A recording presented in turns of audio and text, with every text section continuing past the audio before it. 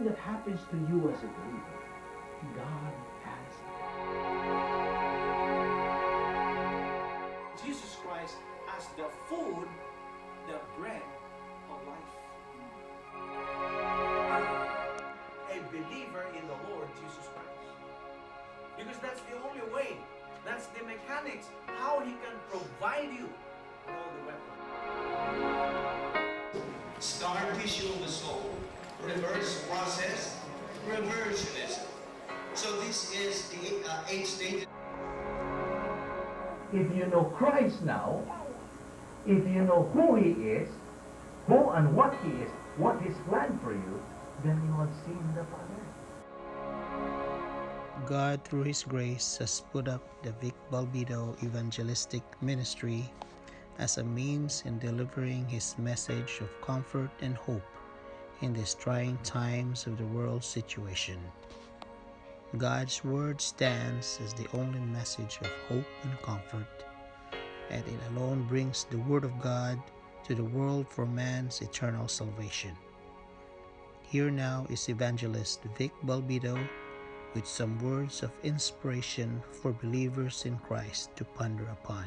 The Word of God is alive and powerful, sharper than any two-edged sword, piercing even to the dividing asunder of the soul and the spirit and of the joints and the marrow, and is a critic of the thoughts and intents of the heart. All Scripture is God-breathed and is profitable for doctrine, for reproof, for correction, for instruction in righteousness, that the man of God might be mature, thoroughly furnished unto all good works. Study to show thyself approved unto God, a workman that needeth not to be ashamed, rightly dividing the word of truth.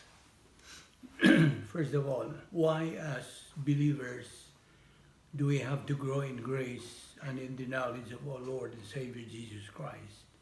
It's because it's God's mandate for believers. In 2 Peter 3:18, grow in grace and in the knowledge of our Lord and Savior Jesus Christ.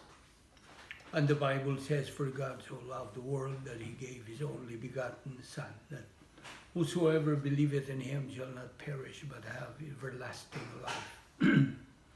For God did not send His Son into the world to condemn the world, but that the world through Him might be saved. He who believes in Him is not condemned, but he who does not believe is condemned already, because he has not believed in the name of the only begotten Son of God. But as many as received Him, He gave the right to become children of God, to those who believe in His name. And we have been saved by grace through faith, that not of yourselves. It's a gift of God, not of works, lest anyone should boast.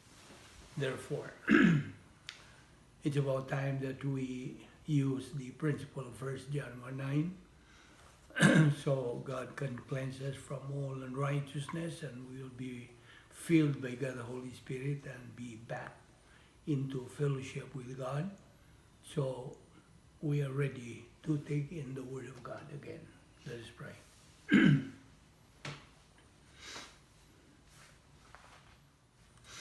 Let us pray. Heavenly Father, because we belong to Thee, we have the right and the privilege of fulfilling the function of our priesthood by listening to the teaching of Your Word.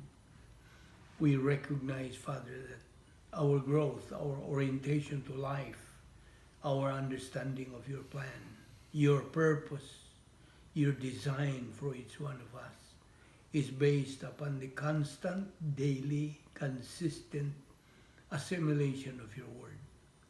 We recognize, Father, that there is no substitute to Your Word. There is no capacity for our life that can be counterfeited apart from what we have because of Thee. We thank You, Father, for Your faithfulness. Thank You for bringing us here once again and for providing for us this portion of Your Word. May God, the Holy Spirit, now sanctify us to the nourishment of our soul. For we ask this in Christ's name. Amen. Now there are 7 things that believers in Christ must remember every day. That God is my Father, the Lord Jesus Christ my Savior, heaven is my eternal home, the Word of God is my guide in life, every believer in Christ is my family, the good news of salvation is my message, my destiny is glorification of God. Now, we know from our past lessons that there is only one God, one Savior, one true religion, one holy Bible, one gospel, one way of salvation.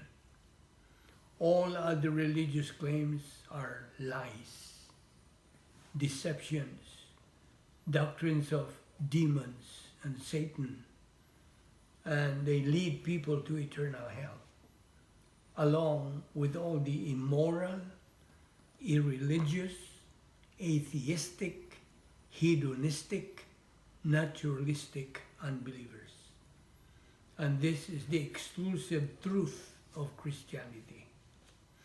Now, shall we say, only the Lord Jesus Christ is the only way of salvation.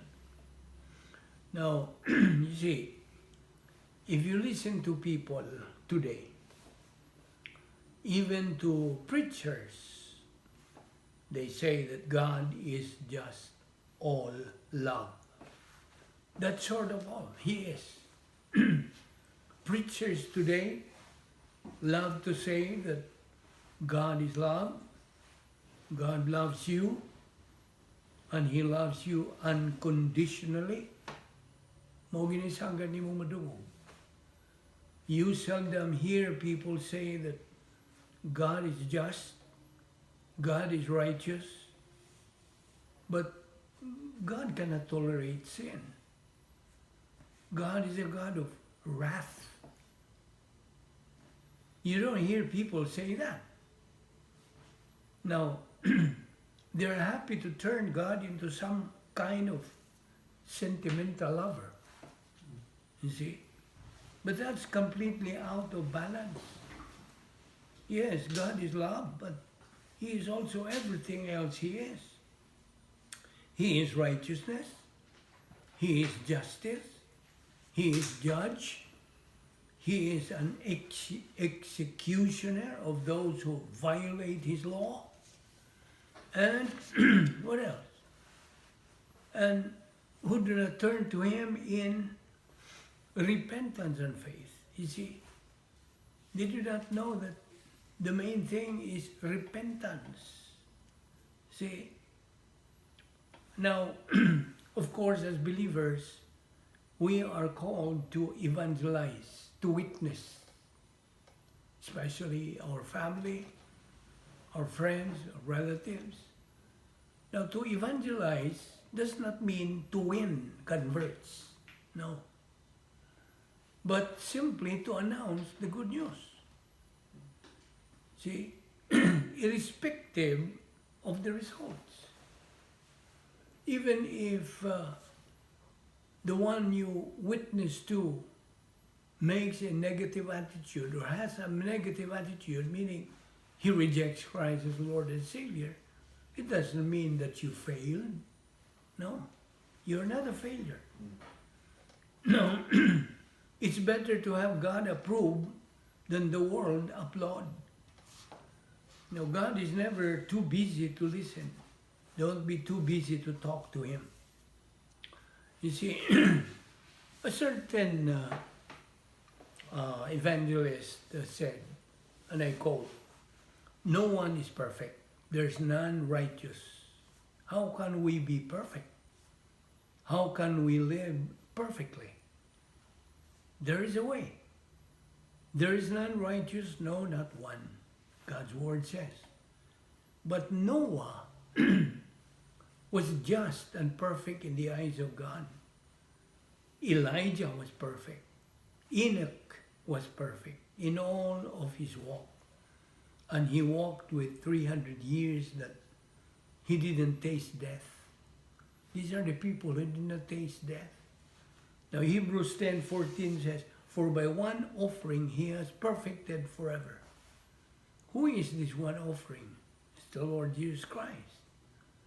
He has what? Perfected us in what? Tense. Of course, past tense. And if it's past tense, what does that mean? That means, are you already perfect? Or is it a process? Does it say temporarily? Does it say until you sin again? No. It actually says forever. At the moment you believe in Christ as Lord and Savior, you are perfect then. So that is God's assurance that salvation is eternal.